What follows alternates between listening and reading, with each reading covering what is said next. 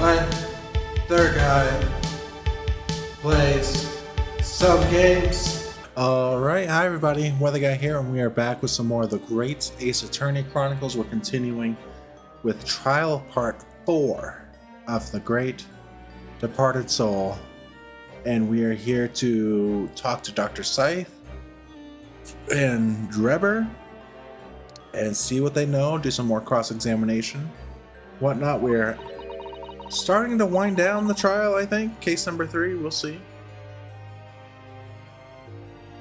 Another recap is that Strongheart did not want Sithe to testify at all.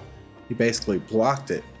But Van Zieks overrode it because he has a personal connection to the Professor case in the past, because that was where his brother died, right? So he wants to get to the bottom of everything that's going on, which is, good for him. Van Zieks is incredible. We also have Madame Tuspels here, who owns the Waxworks Museum, of course, and is absolutely lovely. Yeah, let's get into it.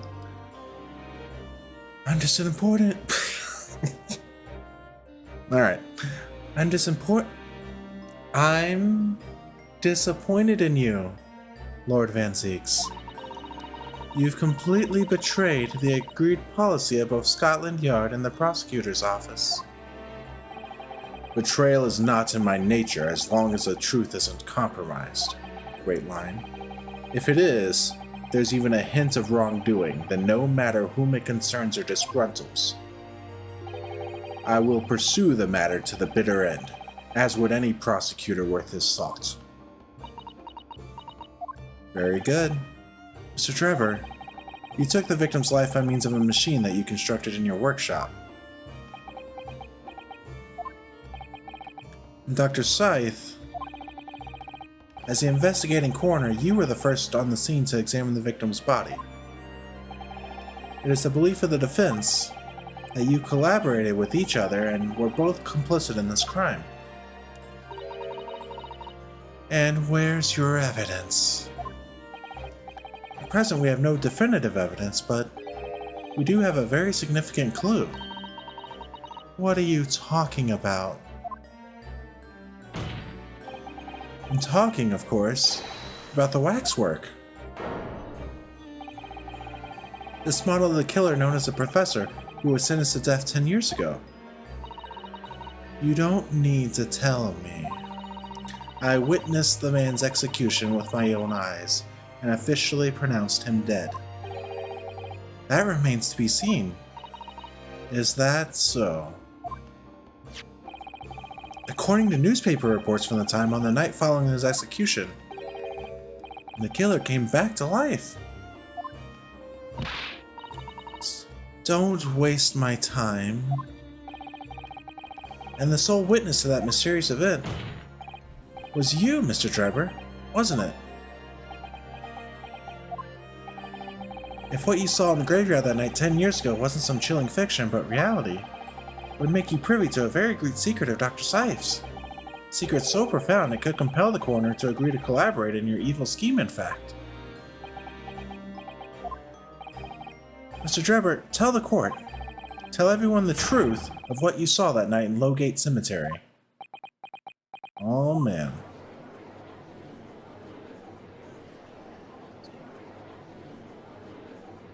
Man, everybody's talking about it. We still have to find out who the shooter was as well. I thought it was Van Zieks. I could also see it actually being Sithe. That could also be possible. Or even Asman. Who knows?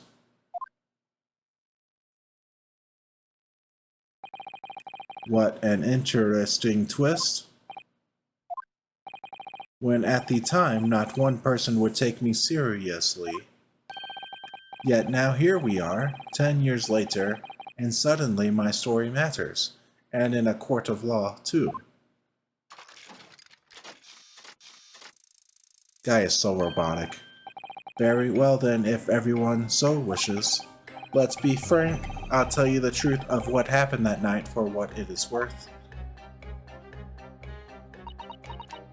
Interesting. So, Mr. Drebber, your testimony, please, about the events of that night 10 years ago. Oh, by the way, I realized, at the time of this recording, I realized that my camera didn't record last episode for whatever reason. I'm using a new app for recording video now that came with the new webcam I got recently. And I guess I somehow shut it off very prematurely after like 5 seconds of recording, so hopefully it does not happen again. Either way, no big loss. Y'all aren't really here for my terrible mug, I don't think. You will tell the court exactly what you stumbled across in Lowgate Cemetery. Yes, of course, as you wish. Right?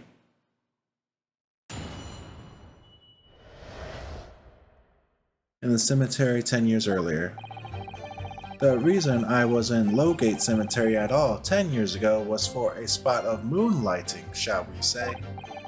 Yes, the illustration in that newspaper article was based on what I witnessed that night. But thinking back now, I realized that I never actually saw the professor. Soon afterwards, I was visited by a young woman who sculpted a model of me from wax. Then I gave up on my dream of becoming a scientist, and it was all because of that newspaper article. Interesting. So we didn't have any Sithe testimony here yet. Wait a minute, you're claiming you didn't actually see the professor now? Why would he change that? That's interesting. Of course, you'd have to have a screw loose if you believed a corpse could come back from the dead. This is where the camera's gonna come in handy, I bet.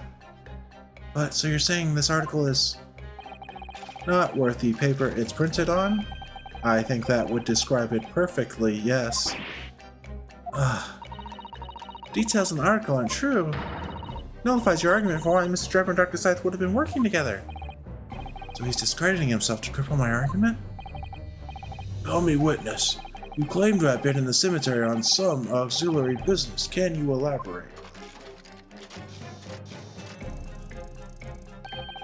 That's right, grave robbing to be precise. As you know, Lowgate Cemetery is at the rear of Barclay Prison, so among students at the university it had a reputation for being haunted by the ghost of condemned convicts. Grave robbing, you say? Yes. Exhuming fresh corpses to sell is reasonably lucrative. Of course, I never laid a finger on any valuables buried with the dead. So you were one of the so-called resurrectionists, a particularly unpleasant scourge on society. Actually, my fellows and I went by another name, the repurposers. Terrible. That is quite beyond the pale. You would invite divine retribution, sir.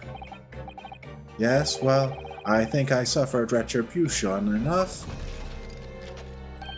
The Daily Circus eventually unearthed my name and put it in print.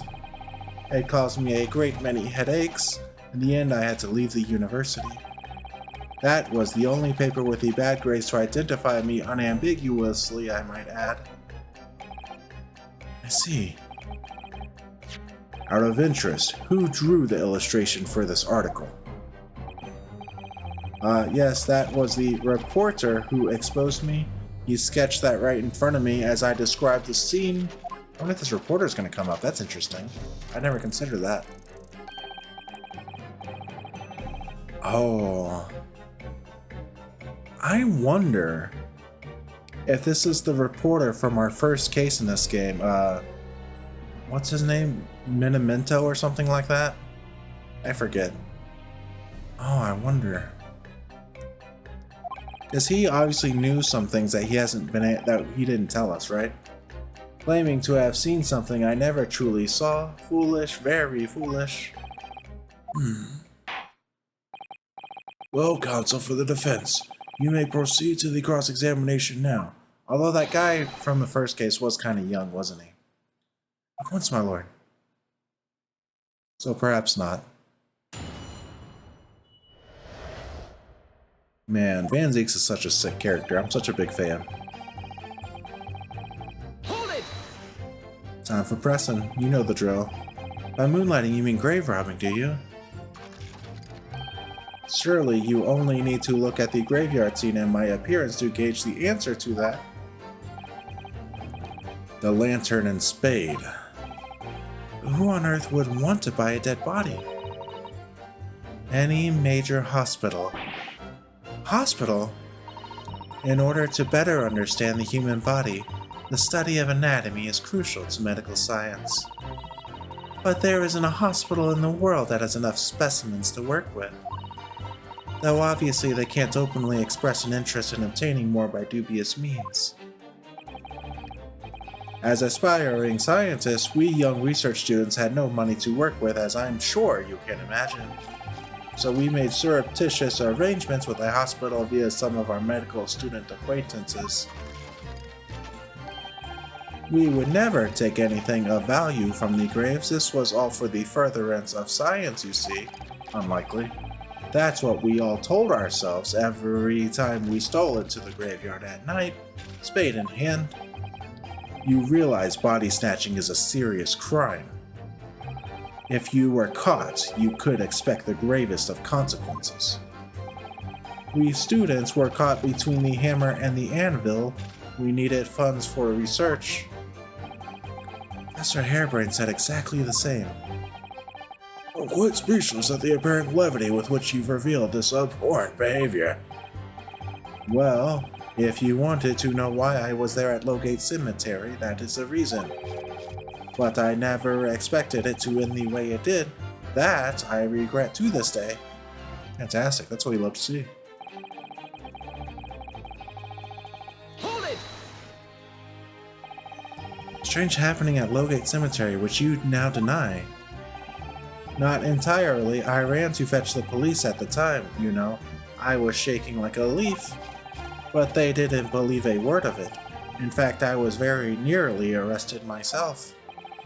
So you went to the papers instead? I started big with the London news, but unsurprisingly, they didn't want to know either. In the end, though, it was reporters from the gossip rags, the gutter press, that came to get my story. And it spread like the plague through the capital as gossip-hungry Londoners lapped up the tale. The story was in every single paper at the time, with the exception of some broadsheets. And yet only 2 or 3 of them actually interviewed me personally. Most of the accounts turned out to be very interpretive ghost stories. Gosh, I can't get over that expression he does, it's so creepy. What about the article in the Daily Circus? That particular journalist found me at my dormitory.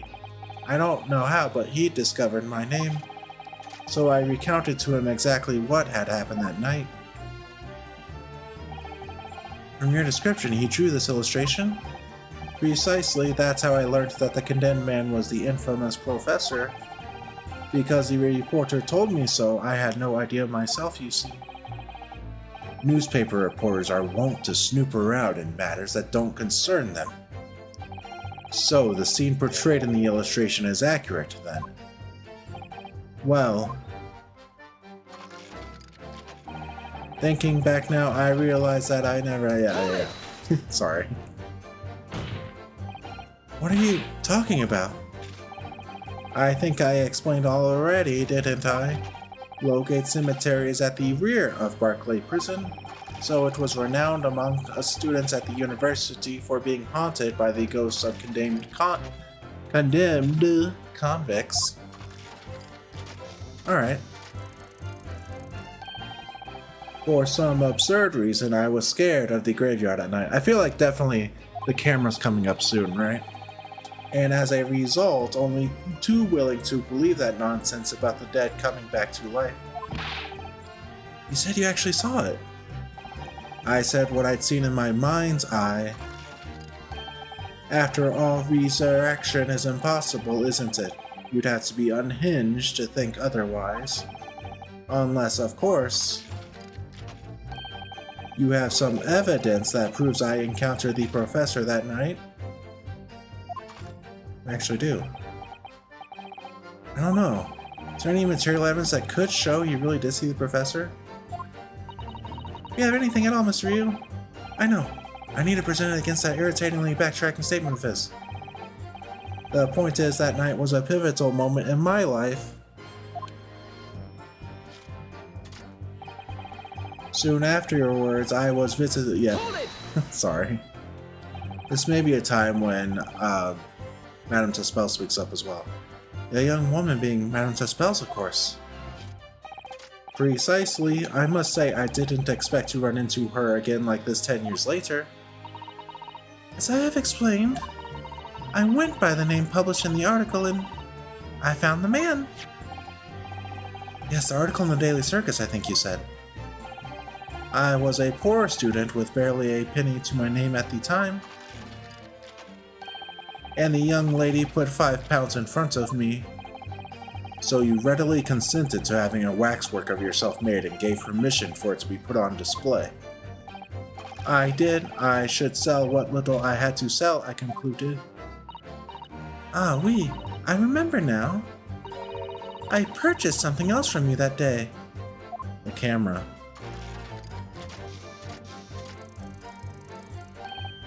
Did you? I can't say I remember. What was it, madam? His camera. Yep, we knew it. Oh, yes, I made a point of taking it with me whenever I made an excursion into any cemetery. You took a camera with you, sir. To what end? To record the details of the bodies I disinterred. But I had no intention of ever visiting a graveyard again after that night, so I sold it. I see. But I still have it, monsieur. It is part of the special exhibit in my House of Horrors.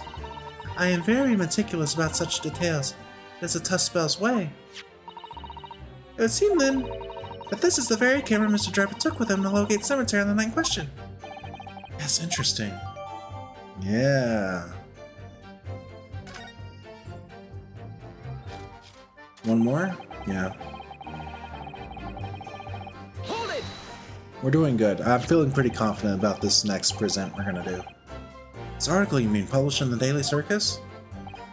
Yes, somebody informed the dean that it was my name that appeared in the article, and carelessly let slip that night after night I was digging up graves. Hardly a model student, you might say. The university's reputation was execrably defiled, and I was expelled as a result. I had no idea. And having been run out of university, you found employment in a somewhat specialist trade. Yeah, this guy's just a big old swindler. You combine your knowledge of science with knowledge of stage magic to create various experimental machines intended to demonstrate never-before-seen technology. And you use those deceptive machines to trick the government and private investors into giving you money. Professor Albert Harebrain was just your latest victim, wasn't he? Whatever are you talking about? I have no recollection of doing anything of the sort. Interesting that she has nothing to add. What's Trevor up to? Why would he suddenly change his tune and recant his claim? I wonder if perhaps it's because his circumstances have changed now. What circumstances? Well, if he admits to having seen the professor emerging alive from his grave 10 years ago, it'll expose a secret in Dr. Scythe's past that she would desperately want to hide. Yes, of course. Trevor and Dr. Scythe are working together now, but if Trevor were to betray her, there would be no reason for her to continue to cooperate. In that case, there's only one way around it. I'll have to prove he really did see it. Prove he really did see the professor's corpse coming back from the dead as you originally claimed. Yes, Mr. Rio, exactly. Yeah, we knew this. It was this one? This one. Hold it! Shoot, I pressed the wrong button. I pressed the wrong button. I'm a fool. Well, while we're cycling through this again, hope y'all are doing amazing. Hope life is treating you great. I hope you're having a fantastic May now, I think. I'm recording this April 15th, so I'm a little bit ahead. I hope that the world is still okay a month from now. We'll see. Yeah, I don't know. I hope if you're in school still, that you're wrapping up, studying for your exams, all that good stuff. There we go. The reason why I keep misclicking is I can't see the bottom of my screen, so I don't see the hotkeys anymore. We were going to look at the camera. Objection.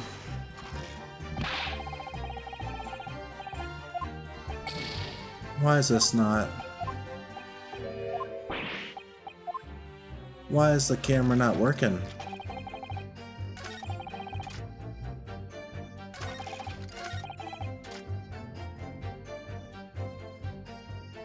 Let me look at the camera again.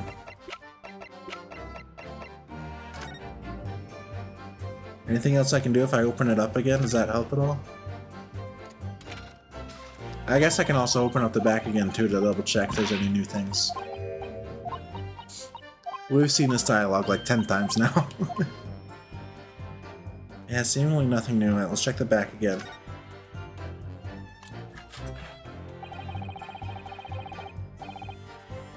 Yep.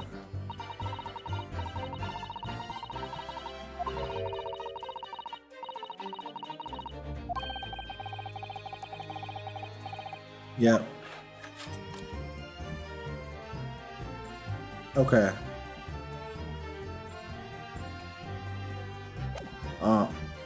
Wait. Okay.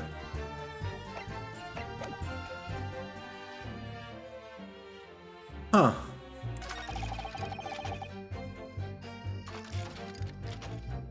Let me look at these again. I think this is where I had to present something, but what do I present?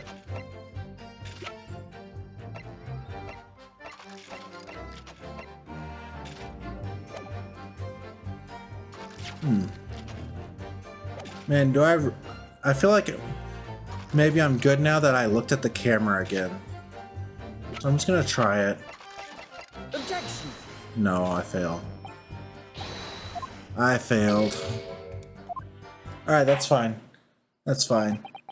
This won't take long to get back to. I'm failing once a video now. Have you noticed? Are you keeping count? It's rough out here. Holy moly, brother.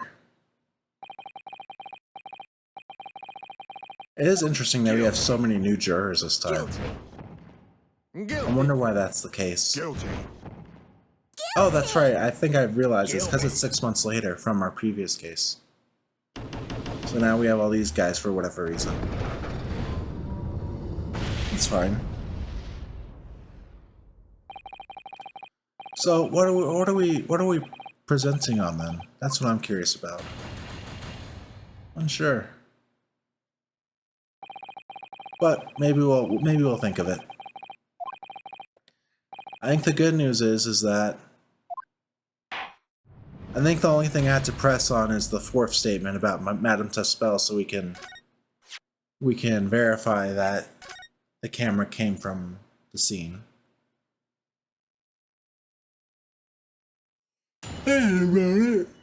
It's about 1 AM, I'm sorry. Hold it.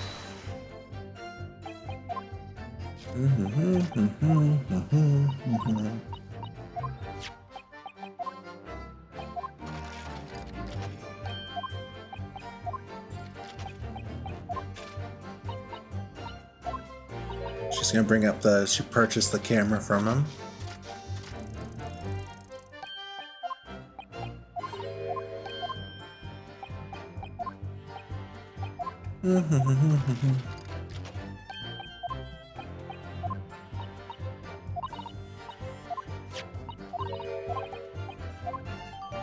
Yeah, that's important. Alright, now let's pull up the camera again. I want to make sure I look at it all the way. Open it up, open up the back. Do all the things to it, right? Bum, ba, bum, bum, bum. Okay, now the back.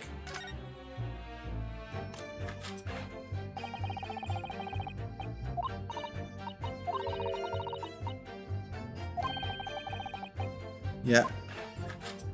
And then it closes all the way up before we can look at it anymore. That's okay. Nothing on the lens.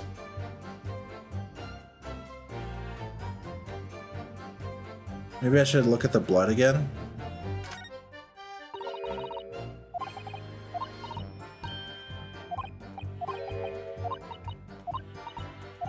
Yeah. Great. Okay, now we've looked at all the things, I think. Okay. Don't care about the trophy. Okay. Dang it, I cycled all the way through. I hate when I do that. All we have to do is prove that he's lying about seeing the professor.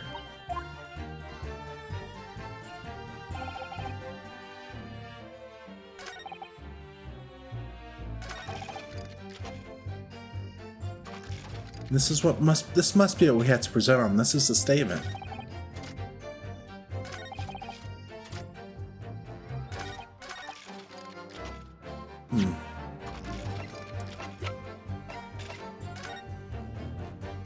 There's the camera once again.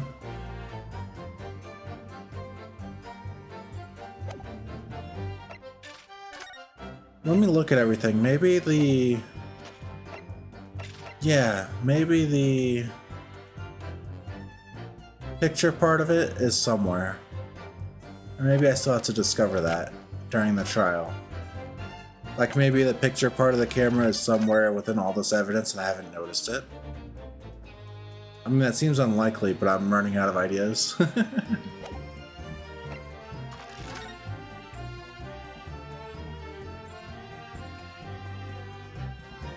I don't know why he would hang on to it, but still.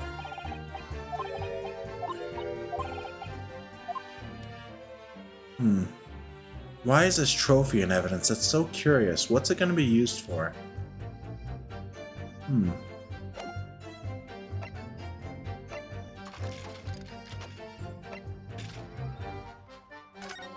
Nothing else in here, I don't think. Pretty sure, yeah, okay. I have no idea how that's in evidence either. I don't see the camera in this picture. I mean, I guess we wouldn't see the camera. This is a more current photograph, isn't it?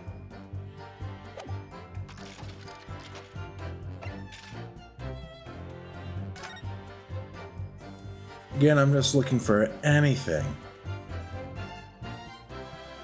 that might explain something, you know?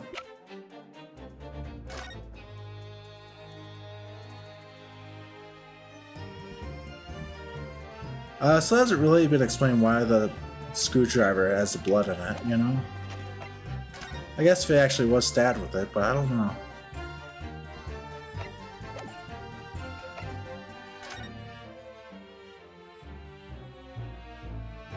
Very curious. Very curious. Of course, a lot of this isn't going to be relevant. I'm just cycling through. You know.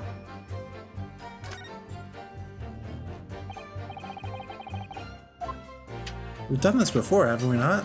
We surely have. I don't know why we're surprised by it this time. That's interesting. Really curious. And we can't see anything else after... See this here. I mean, I don't see how this would be relevant, but I'm just trying to make sure I check everything.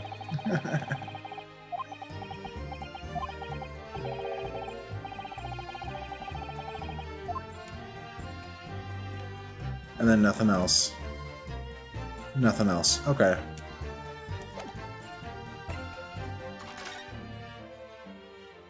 No reason it would be in here.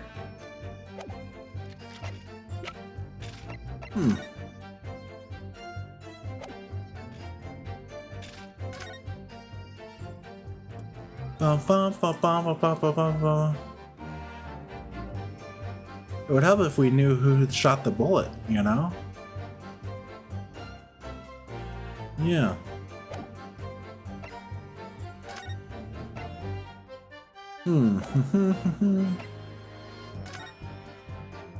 I I just don't know. Autopsy report, nothing. And nothing. I wish could see the face. That's what I really want to see. Is the face. The face behind the professor is what I want to see more than anything. Alright. Not the camera.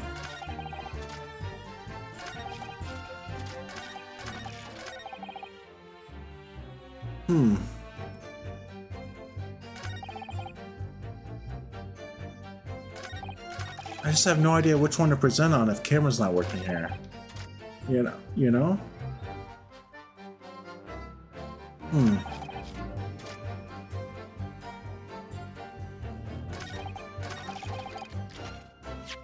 Must be on this one, but what would it be?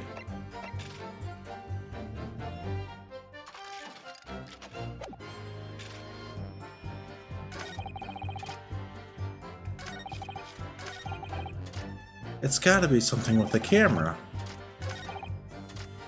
It's just gotta be. We're gonna try the camera on this one now that we've looked at the camera more. No. It's gotta be the camera. What am I missing? I'm missing something. Okay.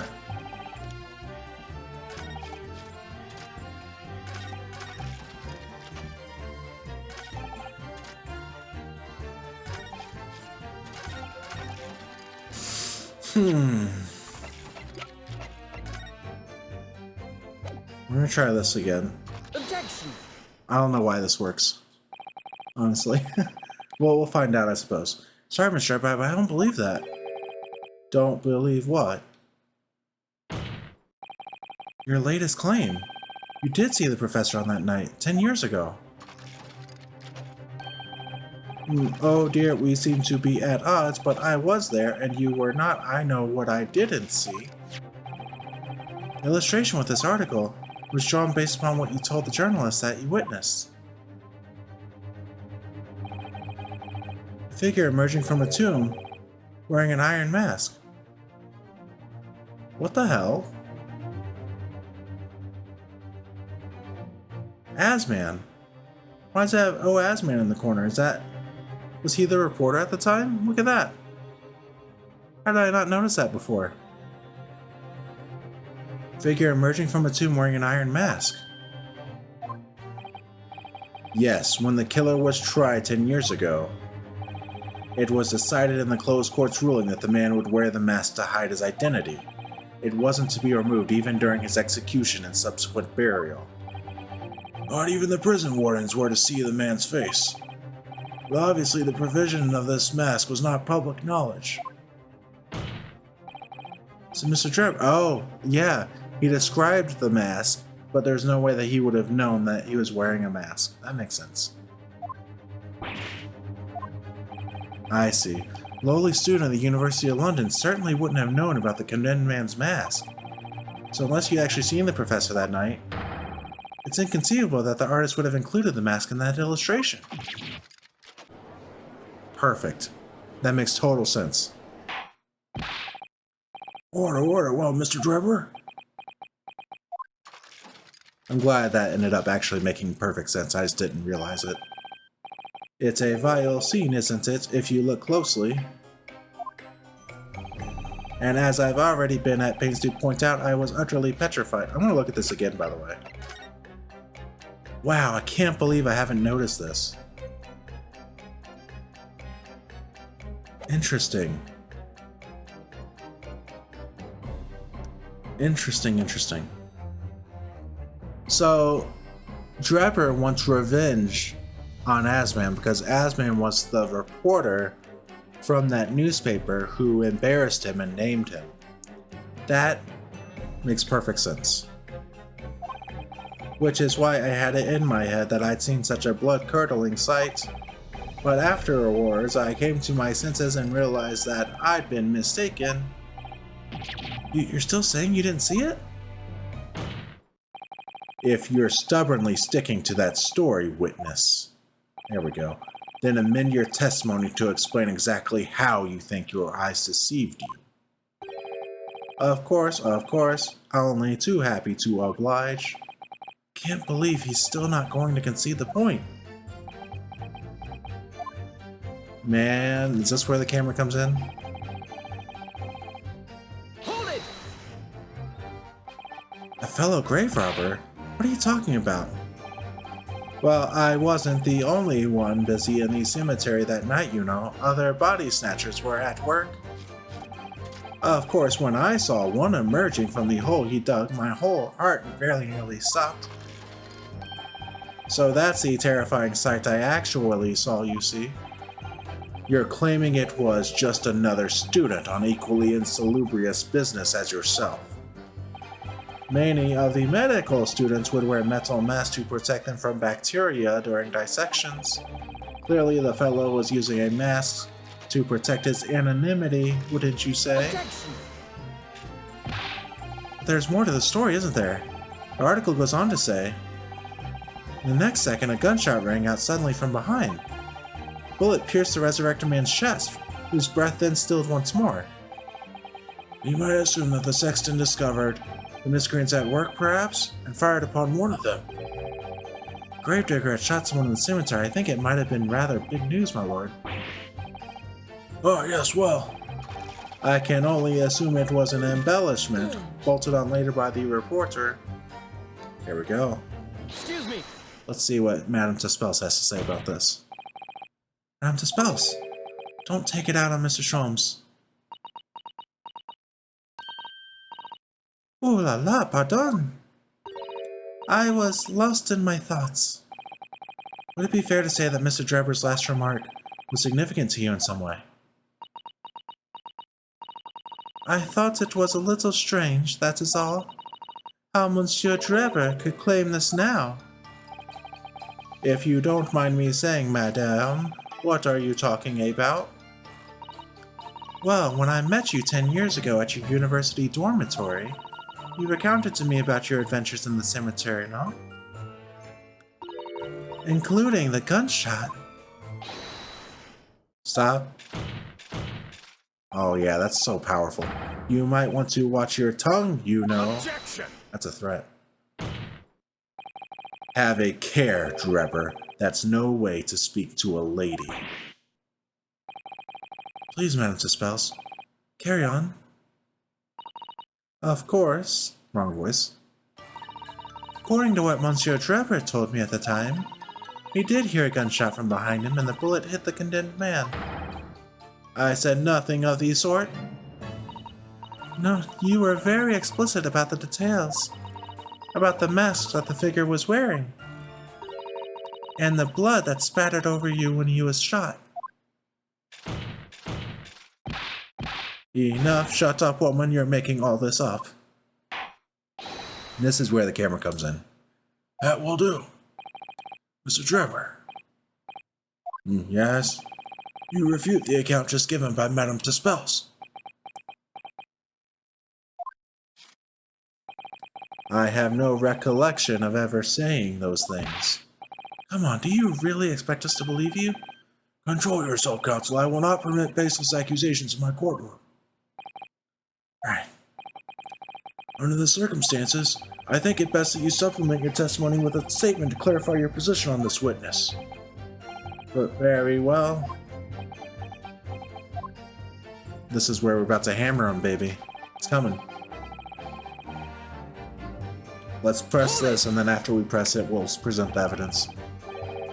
Yet Madame Tuspels has testified that you told her about both of those details. Not true. I said nothing of the sort. 10 years have passed. Without material evidence to the contrary, you have no grounds on which to question the witness's word. Tell me, Madame Tuspels. What exactly did Mr. Drebber say about the blood that apparently spattered on him? Well, this is what he told me. All of a sudden, he heard a very loud gunshot from behind his back. The bullet hit the figure who was emerging from the tomb in the middle of the chest, in his heart. One dreadful sight after another. And since Monsieur Treba was at the time facing towards the condemned man, the blood sprayed from the wound and spattered on his body. That is what he told me. So, not an experience you would ever forget, is it? Precisely, and I didn't forget it because, as I have already said, it never happened in the first place. He's clearly lying. Only I had some evidence to prove it. We can't let him win, Mr. Ryu. I love that pose that she does. So we mustn't overlook a single detail, no matter how small. We got him. He's dead. Dead to rights. We got him. Here we go. Objection! Yep. Mr. Trevor, do you remember this camera?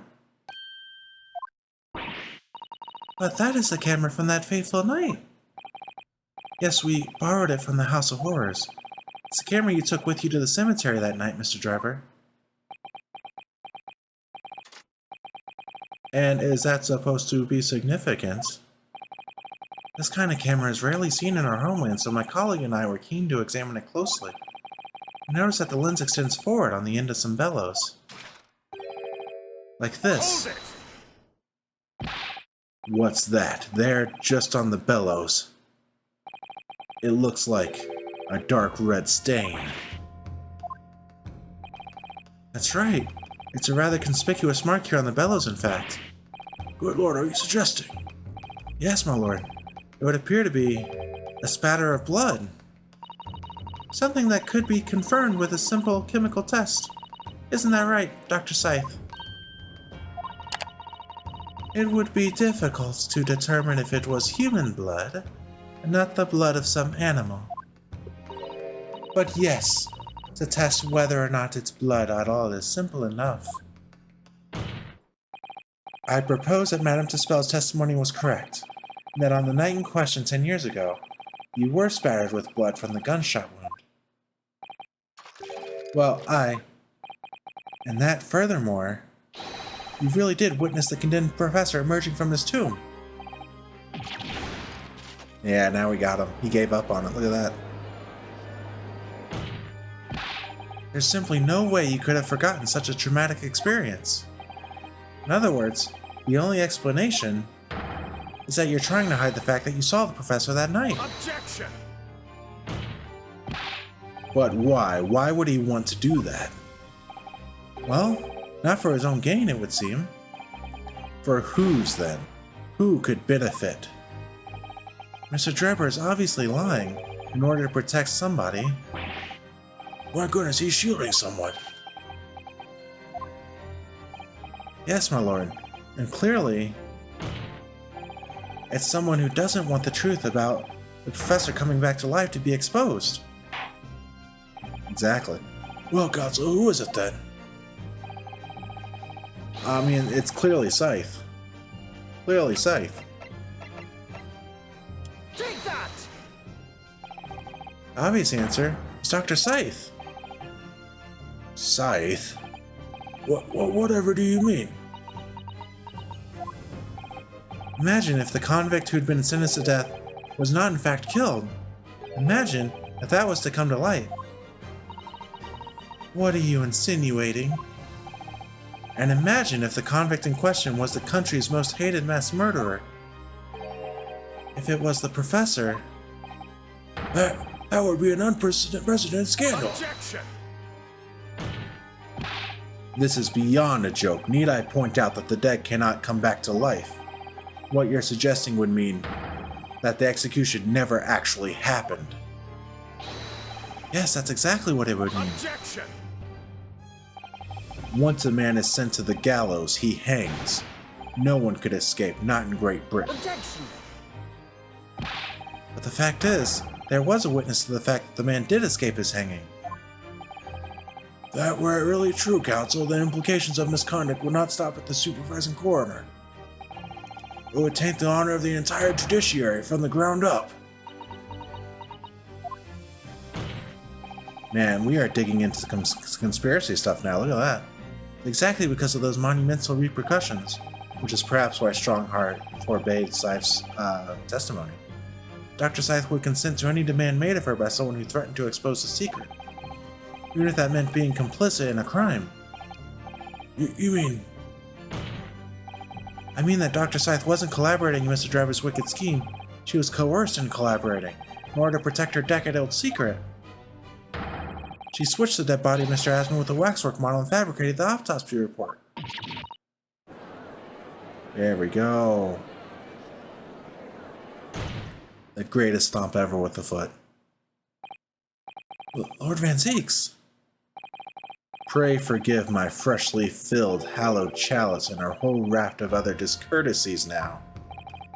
Goodness me. It's just the sort of tall tale Londoners would enjoy, I grant you. An executed killer rising from the dead, a Scotland Yard cover-up, a conspiracy at the highest levels. So let me ask you one thing. What's that? If the condemned man really did emerge from his tomb that night only to be shot in the chest, who pulled the trigger and disposed of him forever? Well, I have no idea at the moment. We have too little information to work that out at present, I think. I couldn't agree more. The Old Bailey is no place for wild fantasies. And have you considered this, my learned Nipponese friend? Considered what? Do you realize just what a dangerous endeavor it would be to coerce this woman into such criminal activity? It's tantamount to declaring war on the entire British police force and judiciary. Quite hard to imagine any sum of money being offered for research could warrant it. To rely on such strange establishments, as I say, would be madness. Well, I suppose this is where we expose the motive, right? Because it's not a monetary motive. We established that earlier whenever we looked at the contract. It's revenge. And this was no petty crime either. The victim was murdered. A man who'd already invested money in the venture and would be instrumental in future profits too. Yes, I had no reason to kill Mr. Asman at all. Or are you forgetting that his death resulted in me receiving not a single penny? The court is already aware of the contract between myself and the victim, no? There is the contract, that's very true. The motive for this case runs deep, though. I can feel it. Using threats to force the head of the forensic investigation to cooperate is extreme. Especially for a government grant you had no guarantee of receiving in the first place. The research grant was the aim. Taking Mr. Asman's life would have made no sense anyway. Which means Mr. Drever's motive wasn't money at all. He was just trying to kill Mr. Asman. Why? What was his motive then? We know this. We know this. Your time is up, my learned friend. It's time for us to present the evidence. I'd say you have one last chance before the jury lose their patience with this charade. Let's see if you can back up your heady proposal, shall we? How do you explain why this engineer would throw all caution to the wind and threaten his own country? At this point, I'm not prepared to listen to more of this outlandish conjecture without proof. So, counsel, present your evidence. Alright, who exactly was Mr. Asman to Drever? There's a connection there that no one's seen yet. I'm going to have to present 2 pieces of evidence to show what it is. 2? Okay. Yes, my lord. Take that! What's that? It's this newspaper article, my lord. That was written 10 years ago, and every detail has been examined already. What can it possibly tell us? That drivel should never have been written. It's typical gutter press nonsense that means nothing. Yes, on its own, it isn't particularly significant. However, when considered alongside another piece of evidence, it will completely explain your motive for wanting Mr. Asman dead. What other evidence? Counsel, you will present your supplementary evidence without delay.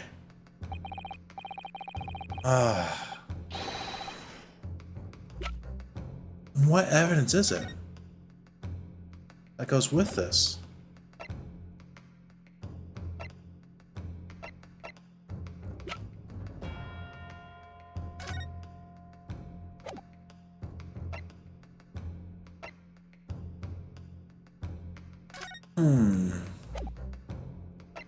That's not motive. This isn't really motive, I don't think. Maybe it's this, actually. Maybe it's this, because this was when he was at his height. And then after this article came out, he realized, I'm never going to be a scientist again, right? I'll go with that. Take that!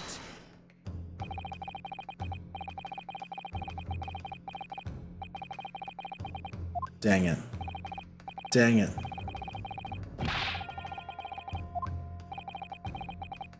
Dang it. It's okay, we have 3 more shots. We'll get it in one of these. We'll get it. We'll get it. It's a play on syllabus and syllables.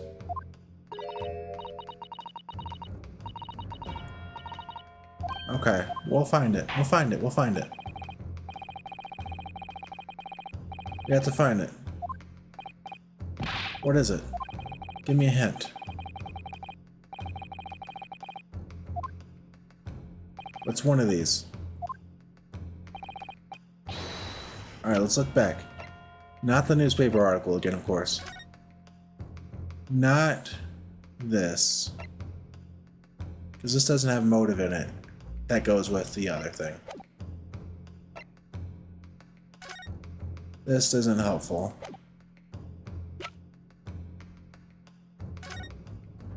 Affirmed by hanging, da da da da da. Not the glass. Not any of this. Not this. Not they.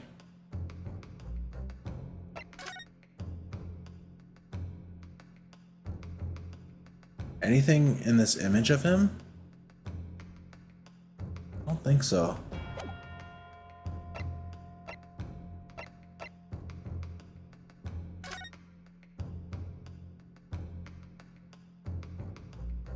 Let me look at this newspaper article, the front.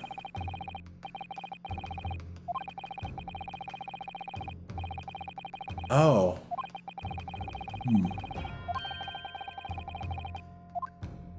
Look at the back again.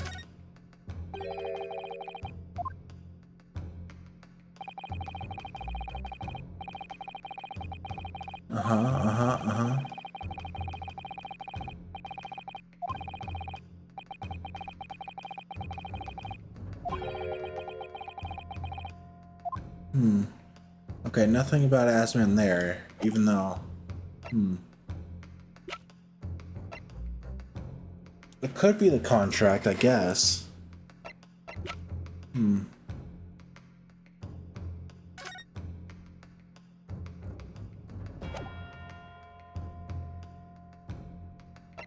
Anything in this one? Seemingly not.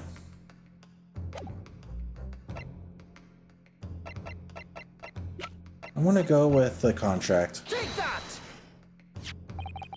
It's his contract, my lord. Oh, it is a contract. Mr. Trevor, this is a contract you signed with Mr. Asman. Yes, that's right. The very document, in fact. That proves I had no reason to kill thee, man. No, I'm afraid not. What? There's something very significant that this newspaper article and the contract have in common. Really? And it's that common link. It shows very clearly why you were determined to kill Mr. Asman. It seems the defense has uncovered something the rest of us have missed. So, my learned friend, point out what these 2 pieces of evidence have in common. Take that! What these 2 pieces of evidence have in common is a signature. Oh, is the signature different? Hang on. Signature is like that. O.Asman. O is connected to the Asman. It's the same signature, yeah. So that proves it's the same man. I see. Signature. Signature on the illustration that accompanies the 10-year-old article and the signature on the contract belong to the same person. What?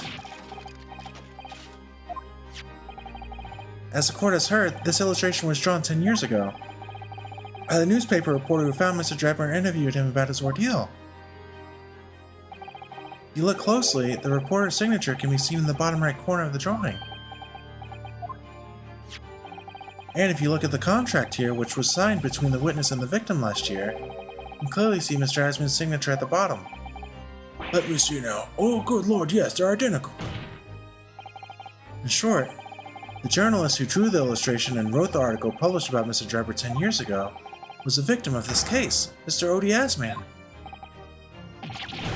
Yeah, that's the good one right there. That's the good stuff.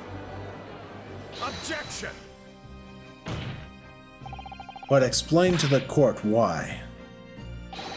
Why would that constitute a motive for the witness to murder Asman? Well, if you think back, you'll remember that Mr. Drebber talked about that article in his testimony.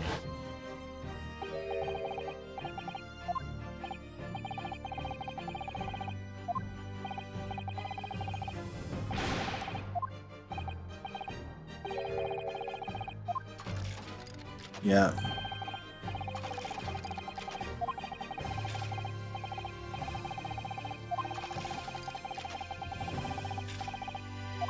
Yep, exactly. All of this stuff. All about how much he hates the newspaper article and how it ruined his life. Yep. Knew it. I didn't know it that long ago, but I knew it kind of recently. At the time, you were a student of the University of London who dreamt of becoming a scientist. However, this single newspaper article changed your entire life. Confession time is coming. So Mr. Asman used to be a newspaper journalist, did he? He did, my lord. In fact, it's a widely held belief that Asman managed to position himself at the heart of his criminal network, thanks to the many dubious connections he made during his time as a reporter. So you had to give up on your dream and leave university. You lost everything. Eventually you found yourself working in the field of science, but only in the shadows. And all because of that article, written by Mr. Asman. Enough. Come on.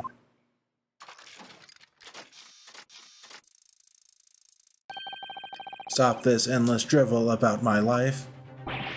What? Explain yourself, Mr. Drebber. Yes, it's true, I had to leave the university as a result of that article. But it was just the straw that broke the camel's back. What do you mean? Almost every student of science in the faculty was too poor to actually conduct any research. But they struggled on with their hypotheses anyway, we all did, only to have them taken by vultures. Sooner or later, you knew your ideas would be stolen and patented by some wretch or other, after all. Good gracious. Great input, Judge. Making a name for yourself as a scientist in a climate like that was a miracle only a select few geniuses could ever hope to achieve. Personally, I wasn't one of those geniuses, so it hardly was a wrench. Being forced out of the university because of Logate was the best thing that could have happened to me. Objection! Mr. Drebber, do you genuinely believe that? Of course I do. Who's better placed to know whether or not I possess a talent for science than me? I'm sorry to say that your words don't ring true at all. How dare you? I have evidence to prove it. How are you in a position to say anything about me? I don't know you from Adam. Fine, if you think you have evidence, go ahead, show it.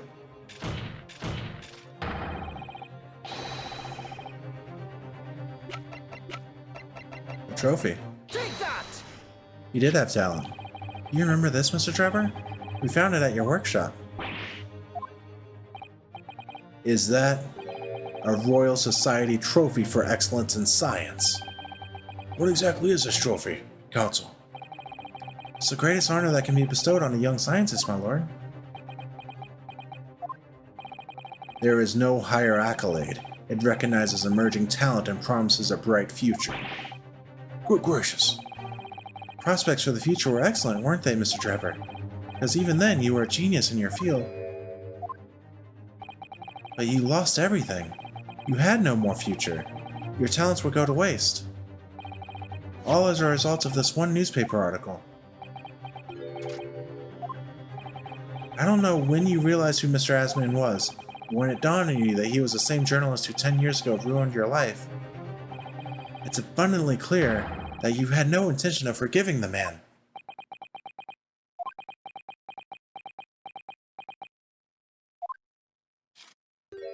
He's giving up, that's it. The truth is... Finally, he's going to fold. Maybe.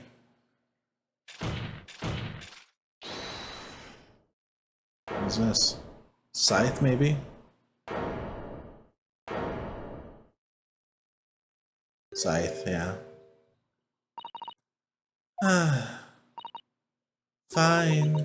Clearly this has run its course now. What? I admit it. All of it. What? What are you doing? It's exactly as the Japanese man said. I was coerced into going along with this man's plot to murder the victim. On the condition that he kept my dirty secret from 10 years ago. I don't believe her. No. Lord. Yeah, I don't know. I think there's a different motive. Do you realize what you're saying, woman? It's all true. That day... Oh, maybe it is true, we're seeing actual flashbacks. When I arrived at the Crystal Tower and saw the birdcage, my heart nearly stopped beating. We have to unmask him still. That memory from a decade ago that I'd done my best to bury deep inside myself. It was the professor again, staring me in the face. And then, before I had a chance to react, I noticed something else. There was a note tucked inside the model's jacket. Dr. Sithe, you will go along with my plan. From someone who knows the truth about what really happened that night 10 years ago.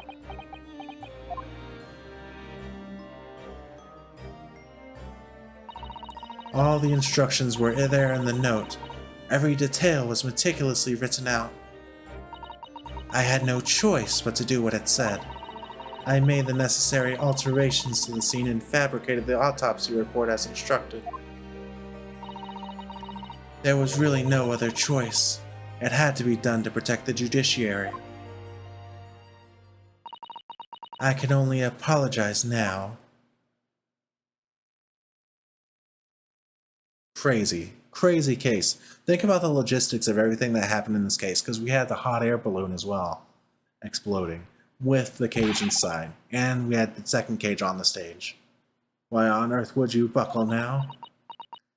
Because there's a deeper secret that I think could be uncovered if we kept digging. Well, there's no point trying to hide it anymore, is there? I would have done anything to stop it coming out, even collaborate in a murder. But the great lie about that execution 10 years ago has been exposed. Whatever happens, I'm finished.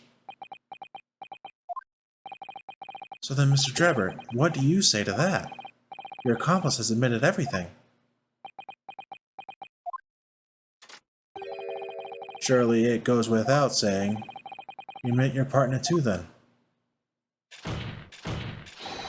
I admit... God, this guy will never quit. What? Have you forgotten that the kinesis machine was ripped to shreds by an explosion? Short of me admitting to a crime, there's really no possible way for you to prove I did anything wrong. Are you serious? Order! Whatever this man says, I admit everything. He threatened to expose my secrets, so I went along with his plan. And Lord Van Zieks? Yes. I hope you'll accept my apologies. What happens next is in your hands, of course. Van Zieks knows a deeper secret as well. I've earned more than enough now. I hereby present the final findings of this court. This trial is not the proper forum in which to pursue the alleged wrongdoings of Mr. Trevor. The defendant is Professor Albert Harebrain. Very true. It had slipped my mind. Isn't he one of your closest friends? As the court has heard, Dr. Sithe has admitted to the allegations brought by the defense, thereby absolving the defendant of any possible guilt. You mean...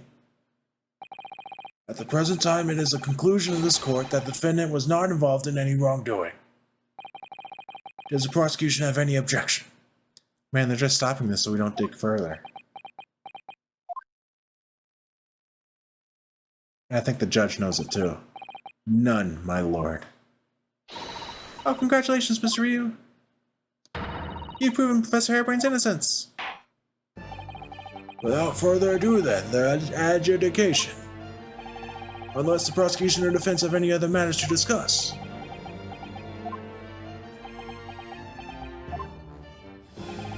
I don't know.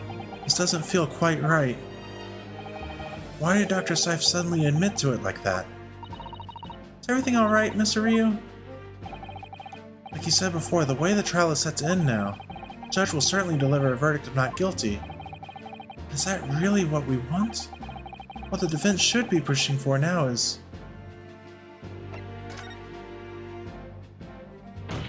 Objection! The defense objects to the trial ending at this time, my lord. I beg your pardon. We demand one final testimony. Yeah. What? Yeah, we gotta get to the heart of the matter, man.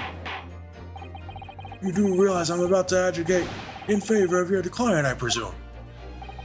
What are you playing at now, my Nipponese friend? Why would you want to obstruct the conclusion of the trial at this point? No defense lawyer in his right mind would do that. You want the truth? Miss Rhea, what exactly are you thinking? The truth, the whole truth, and a way to bring it all out into the open. Right. Yes, in hindsight.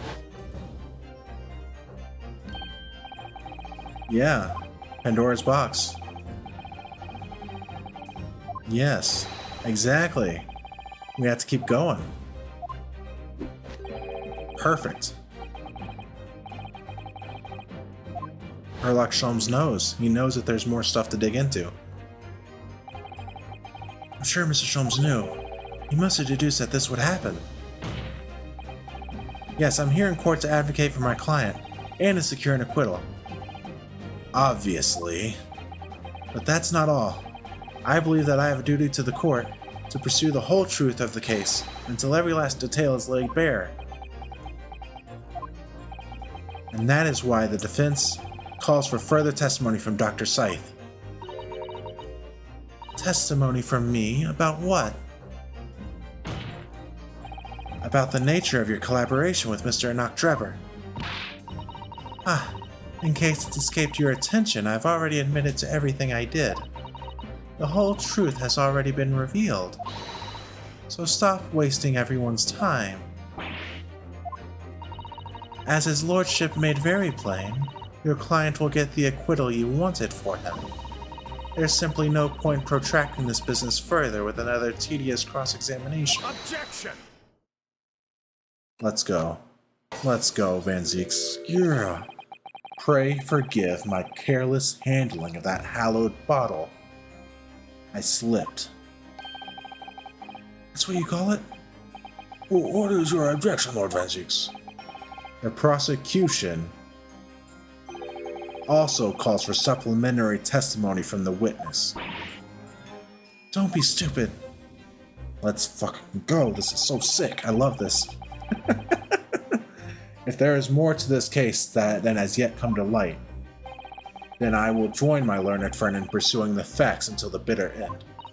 Gosh, there's something that feels so good when Van Zieks finally comes onto your side, you know? It feels so earned, and it feels so genuine and good and deep. It's so nice. Oh, it hits like crack, not that I know. Lord Van Zieks. This is most irregular, to say the least. However, as the prosecution also calls for it, I will uphold the request. Dr. Sithe, you will testify for the court, explaining the full extent of your involvement in the murder apparently committed by Mr. Trevor. Very well. This is where we're going to end today. We're going to end right here. And next time we're going to hopefully finish up this case for realsies. We're going to get Sithe's final testimony. And we're going to wrap up this case and any post-case stuff that may happen. And we're hopefully going to end right before we get into case number 4. And oh man, things are getting juicy. There's going to be some connection here, I think, between Sithe and Drebber that we're unaware of yet. Whether that be a familial connection, or a sibling that's familiar as well, or a romantic connection, or perhaps they were also like students together, because they are both were in the medical field, right? Could be something like that as well. It really feels like Sithe is either protecting Drebber or she's protecting a larger conspiracy, right? That is what I am feeling in my heart of hearts. That's all I got. Thank you so much for watching. Y'all are amazing. Tune in next time for the conclusion of The Great Departed Soul. Take care of yourselves, take care of others, and I will see you next time. Peace out.